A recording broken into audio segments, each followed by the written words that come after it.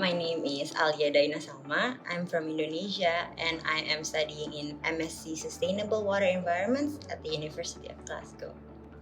So, what inspired me the most to study this subject is like my growing fondness of the ecology and the environment. I want to study them more, especially because in Indonesia there's increasing problems from climate change and the environment.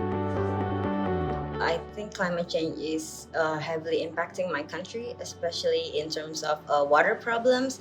Like in my hometown, Jakarta, we are predicted to be flooded in 2050.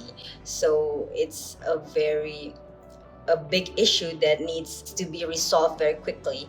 That's why I think it's important to study this particular subject.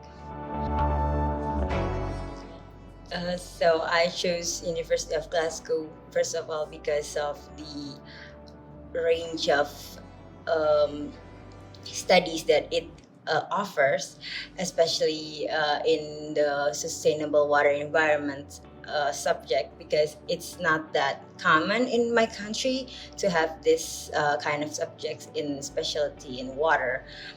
And yeah, that's like my first reason why I chose University of Glasgow. And then we also have the the diverse communities and all that, the opportunity that I can get from studying within this diverse community is a great chance to be with.